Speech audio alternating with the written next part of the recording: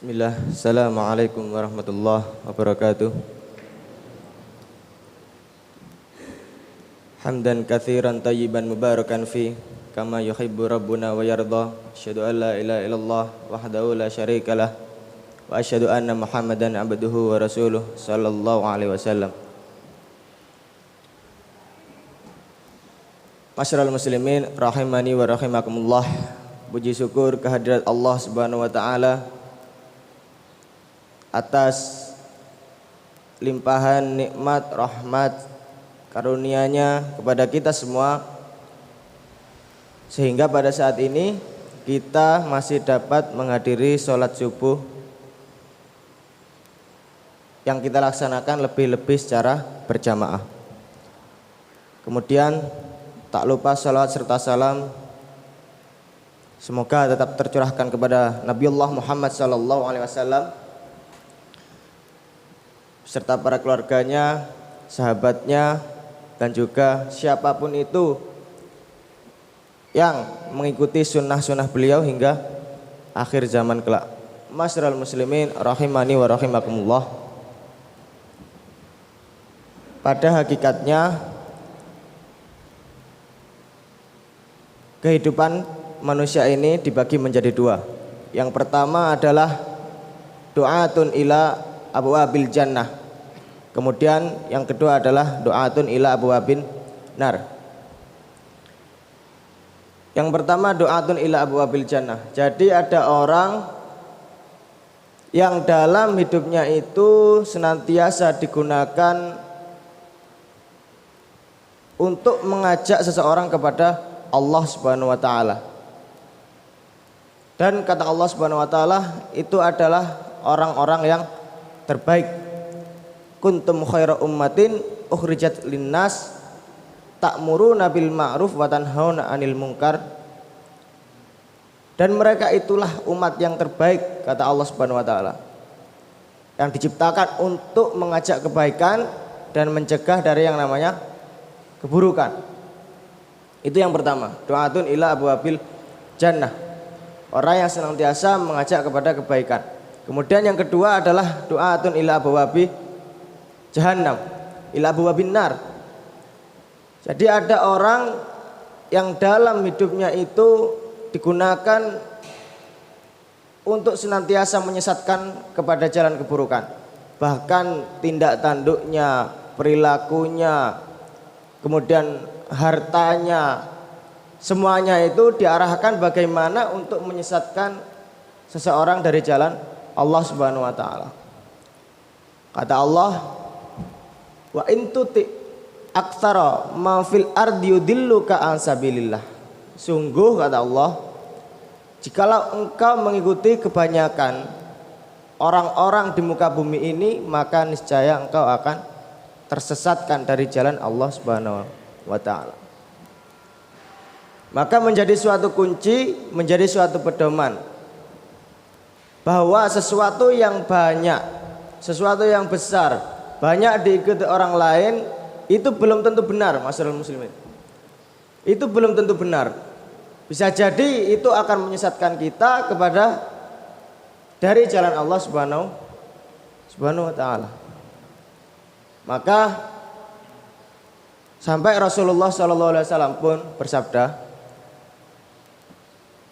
bada'a islaman ghoriban wa sayaudu ghoriban kama bada'a. Kata Rasulullah, Islam ini dulu itu datang dalam keadaan asing, aneh, Bapak Ibu sekalian. Orang-orang yang menggunakan hijab aneh, disebut aneh. Orang-orang yang sholat pergi ke masjid disebut aneh, asing. Kemudian orang yang meninggalkan judi disebut aneh. Kemudian orang yang meninggalkan untuk minum khamr disebut aneh. Dulu pada awal kedatangan Islam, aneh, terasing.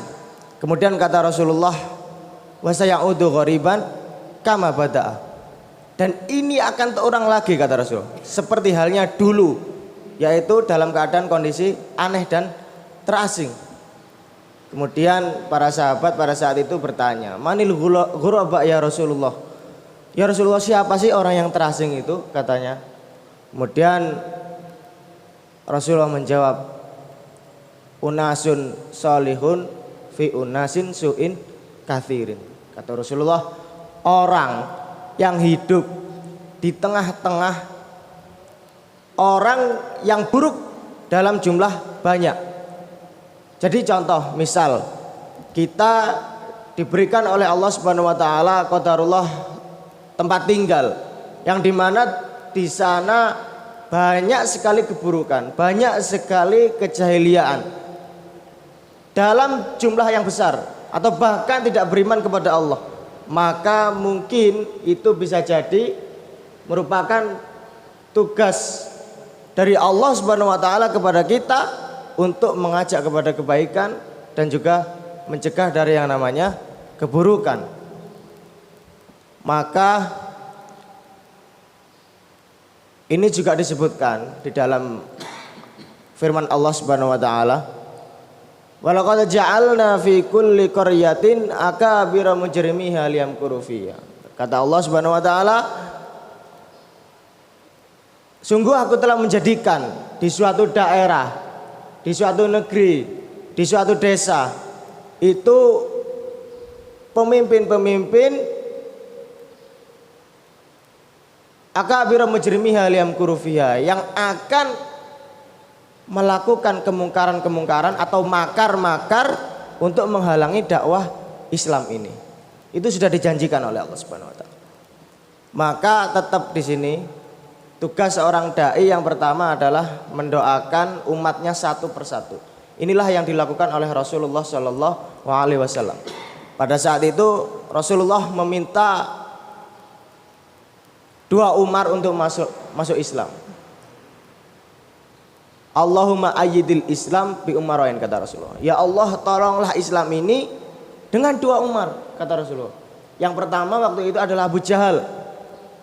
Kemudian yang satunya adalah Umar bin Khattab. Maka Allah Subhanahu wa taala mengabulkan doa Rasulullah dengan memasukkan Umar bin Khattab ini ke dalam Islam. Kemudian setelah masuk itu, pada saat itu tidak ada lagi yang berani menentang atau kemudian menghalangi dakwah Rasulullah ini, dikarenakan Allah Subhanahu wa taala menolong Rasulnya, menolong Rasulullah dengan memasukkan Umar bin Khattab ini ke dalam Islam. Wallahu taala bishawab. Mungkin itu dulu yang dapat kami sampaikan, kurang lebihnya mohon maaf. Wassalamualaikum warahmatullahi wabarakatuh.